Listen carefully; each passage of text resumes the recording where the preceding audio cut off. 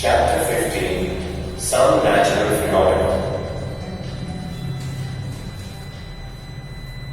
Concept of static electricity. In our day-to-day life, you must have observed that the dust particles stick to the glass of window panes. Silk sarees make a crackling sound when you unfold them. Also, when your hand is kept close to the TV screen, the hair on your arms get attracted towards it. Even when a plastic comb is rubbed onto your dry hair and brought near bits of paper, they get attracted to the comb. Why does this happen? This happens because of the generation of static charges. Let us perform an activity to understand what is static electricity. Take a glass rod and rub it over a piece of silk cloth. When this glass rod is brought near bits of paper, they get attracted towards it. The glass rod attracts the small pieces of paper because it gets charged and develops positive electric charge on it. The silk cloth also develops a negative electric charge simultaneously. These charges are static in nature, that is, they do not move from one object to the other and are thus called static electric charges. The phenomenon of building up of electric charge on the surface of objects is called static electricity. Static electricity is also known as electrostatics. Static electricity usually comes into existence when materials are pulled apart or rubbed together, causing positive charges to develop on one material and negative charges on the other. Static electricity may be visible in the form of sparks, shocks, or when materials cling together. Let's do a quick check.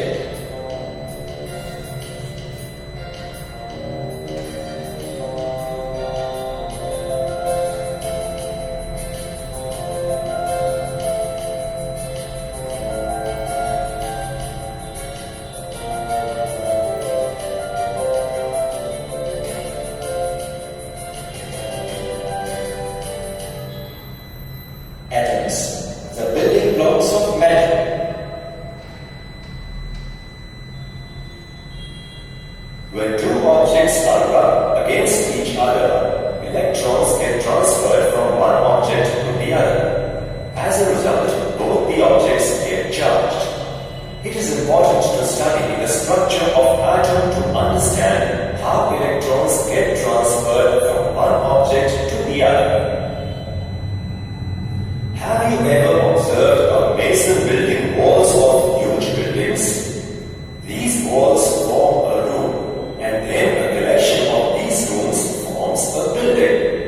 Then, what is the building block of the huge building? The building block of the huge building are the bricks. What about the building block of an anthill? It is a small grain of sand. Similarly, the building blocks of matter are atoms. What do you mean by the term matter? Matter is anything that occupies space and has mass. Matter is a collection of molecules. A molecule is a group of two or more atoms chemically bonded together. Thus, an atom is the fundamental unit that makes up matter. Hence, the building blocks of matter are atoms. For a long time, it was thought that atoms are indivisible. But now we know that atoms are divisible and are made up of even smaller particles called subatomic particles. Let us now understand the structure of an atom with the help of a model called Bohr's model.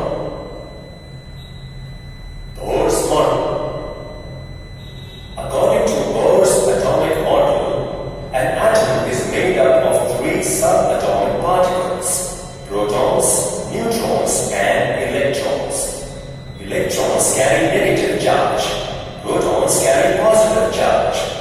whereas neutrons have no charge and are neutral. Due to the presence of equal number of negative electrons and positive protons, the atom on the whole is electrically neutral.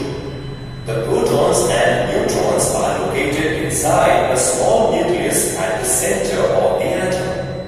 Due to the presence of protons, the nucleus is positively charged. The electrons revolve rapidly around the nucleus in fixed circular paths called energy levels or shells. There is a limit to the number of electrons which each energy level can hold. For example, the first energy level can hold a maximum of 2 electrons. Second energy level can hold a maximum of 8 electrons. And the third energy level can hold a maximum of 18 electrons. Let us understand the importance of atomic structure in static electricity. We know that electrons are negatively charged particles that revolve in a circular orbit called electron shell, whereas protons are positively charged particles. Also, electrons in the outermost shell are loosely bound and are called valence electrons. When one object is rubbed against another suitable object due to friction, electrons get transferred from one object to the other. Hence, both the objects get charged. In such objects, the charges are at rest. This electricity is called static electricity. For example, when an ebonite rod is rubbed with wool due to friction, electrons move from wool to the ebonite rod. Therefore, the ebonite rod becomes negatively charged and the wool becomes positively charged. What causes charging of a body? Normally, the bodies are neutral, that is, they contain equal number of positive and negative charges. When two bodies are rubbed against each other, the electrons are transferred from one body to the other. On rubbing, the body which gains electrons becomes negatively charged, and the body which loses electrons becomes positively charged. In the negatively charged body, the number of electrons is greater than the number of protons, and in the positively charged body, the number of protons is greater than the number of electrons. For example, when a glass rod is rubbed with silk due to friction, electrons get transferred from the glass rod to silk.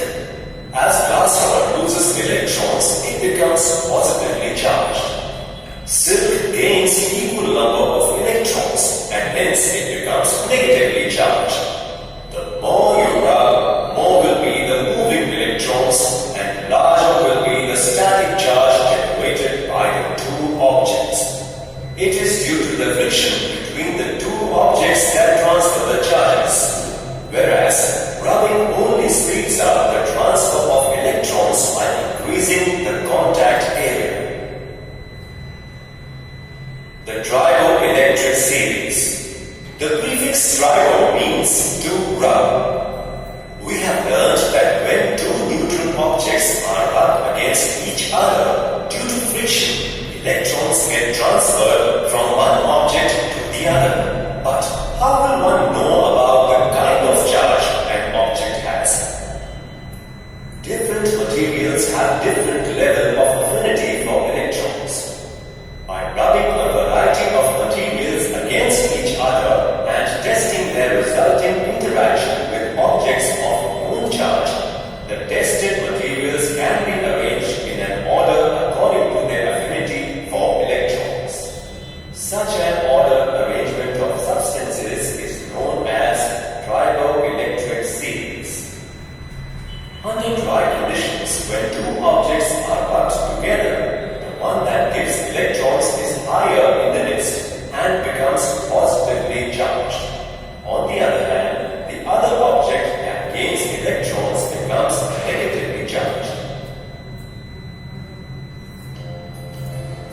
Let's do a quick check.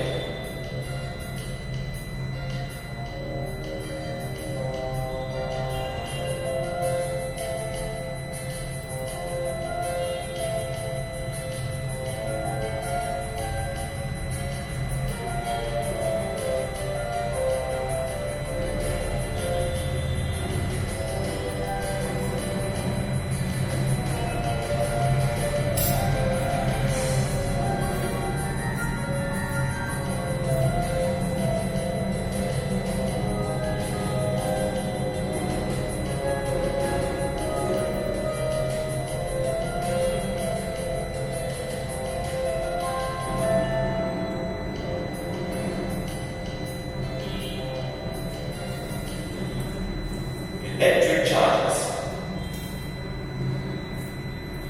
Around 600 BC in Greece, a mathematician named Thales discovered that when amber was rubbed with his crow's feet made of fur, it acquired the property of attracting light objects, such as feathers, small bits of paper, etc. Electric charge is the property of matter responsible for electrical phenomena. Let us explore more about electric charges. There are two types of electric charges: positive charge and negative charge.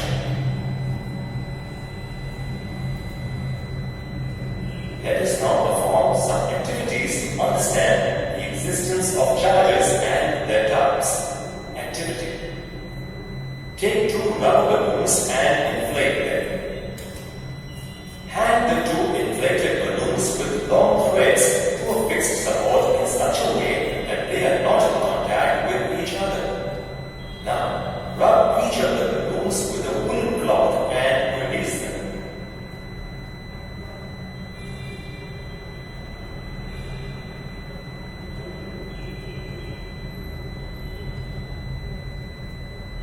What do you observe? You will observe that the two balloons move away from each other.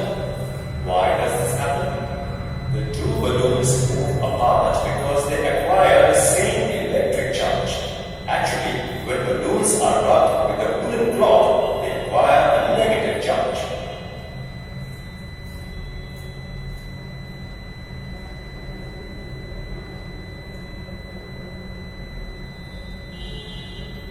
We can thus conclude that similar or like charges repel each other.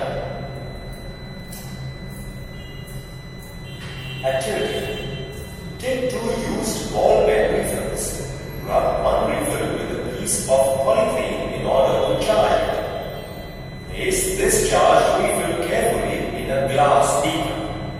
Do not touch the charged pen with your hand. Similarly, rub the other refill with a piece of polythene to charge it.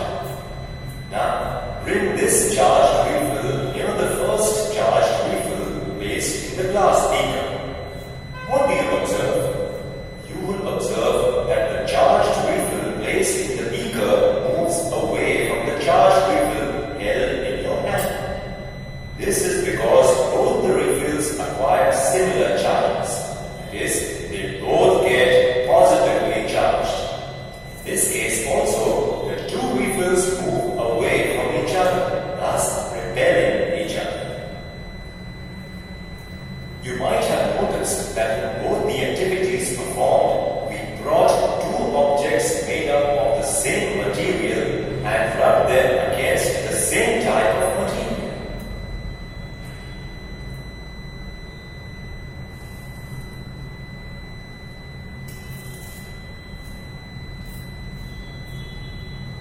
As a result, both the objects acquired similar charges. What would happen if two charged objects made up of different materials are brought close to each other? Will they also move away from each other?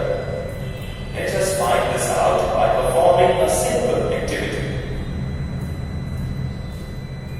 Activity: take a rubber balloon and rub it with a piece of woolen cloth in order to charge it. Rub a ball pen refill with a piece of polythene and place it in a glass beaker.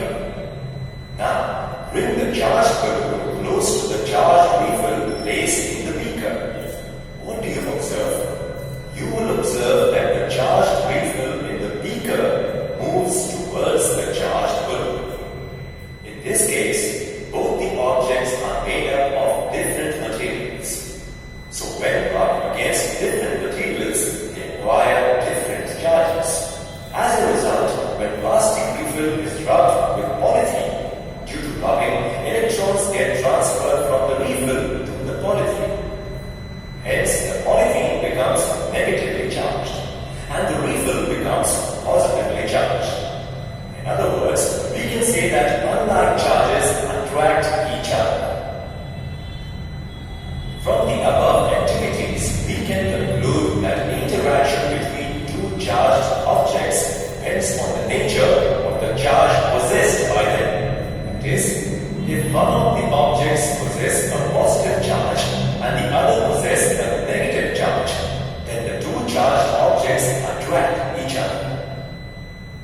If both the objects possess either positive or negative charge, then the two similarly charged objects repel each other. Let's do a quick check.